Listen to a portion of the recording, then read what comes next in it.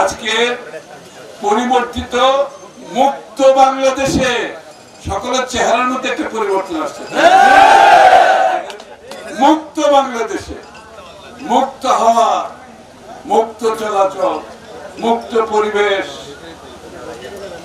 আমরা তো এরকম একটা বাংলাদেশ চেয়েছিলাম। বাংলাদেশ স্বাধীন হওয়ার উদ্দেশ্য ছিল এরকম একটি বাংলাদেশ, জনগণের বাংলাদেশ, মালিক হচ্ছে জনগণ, শেখ হাসিনাও না, তার পরিবারও না। এই বিশ্বাস কিন্তু বিএনপিকে রাখতে হবে, ঠিক আছে? ওই যে বিতাড়িত স্বৈরাচার চলে গেছে, ফ্যাসিস্ট চলে গেছে, দুর্নীতিবাজ চলে গেছে, নিপীড়নকারী চলে গেছে, আমাদেরকে পরিবর্তন হতে হবে। আমরা আবার সেই দিকে চলতে পারবো না, পারবো? বাংলাদেশের মানুষের মন মানসিকতা, মনোজগৎ পরিবর্তন হয়ে গেছে। আমি আপনাদেরকে বলতে চাই, গত 14-15 দিনে সেই ফ্যাসিস্ট পলায়নের পর থেকে বাংলাদেশের মানুষের মনোজগতে বড় পরিবর্তন আসছে।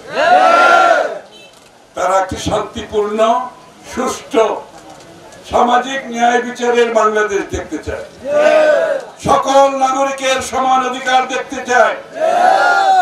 একটি গোষ্ঠী বাংলাদেশের অর্থ লুটপাট করে বিদেশে পাচার করে সম্পদ পুঞ্জীভূত করে বাকি মানুষ অর্থাভাবে, খাদ্যাভাবে দিন কাটাবে, সেই বাংলাদেশ আমরা দেখতে চাই। যে লুটপাট তারা করেছে, যে চাঁদাবাজি তারা করেছে, যে মাস্তানি তারা করেছে, যে দখল তারা করেছে, আমরা কি সেটা করতে পারবো? বাধা দিতে হবে। আমি আগেই বলেছি, বাংলাদেশের মানুষের মনোজগতে পরিবর্তন হয়ে গেছে, তাদের মন বুঝতে হবে। গত 14-15 দিনে বাংলাদেশের মানুষের মনোজগতে যে পরিবর্তন, আমরা যদি না বুঝি, বিএনপির রাজনীতি আগামী দিনে কঠিন হয়ে যাবে। সবাইকে জনগণের স্বার্থ অক্ষুণ্ণ রাখতে হবে, সমান অধিকার রাখতে হবে, কোন ধরনের অন্যায় অবিচার করতে দেওয়া যাবে না, চাঁদাবাজি মস্তানি দখলদারি করতে যাওয়া যাবে না, যারা করবে তাদেরকে বাধাগ্রস্ত করতে হবে। এটাই শহীদ প্রেসিডেন্ট জিয়াউর রহমানের রাজনীতি, বেগম খালেদা জিয়ার রাজনীতি, তারেক রহমানের রাজনীতি।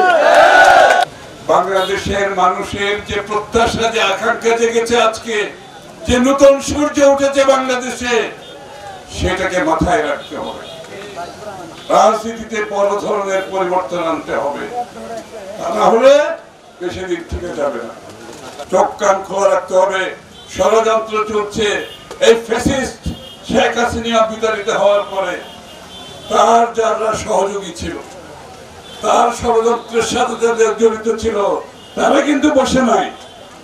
আপনারা ভুল করবেন, ওই ভুলের সুযোগ নিয়ে আবার তারা কিন্তু ফিরে আসার চেষ্টা করবে।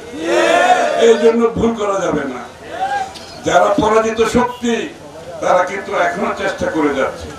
সুতরাং আমাদেরকে জাতি হিসাবে ঐক্যবদ্ধভাবে যে আকাঙ্ক্ষা সৃষ্টি হয়েছে, সকলে মিলে সেটা প্রতিষ্ঠিত করতে হবে। শহীদের রক্তের সাথে বেইমানি করা যাবে না। যারা জীবন দিয়েছে, যদি তাদের সাথে আমরা বেইমানি করি, নতুন বাংলাদেশ মানুষের প্রত্যাশা পূরণ করতে না পারি, তার জন্য আমরা দায়ী থাকি।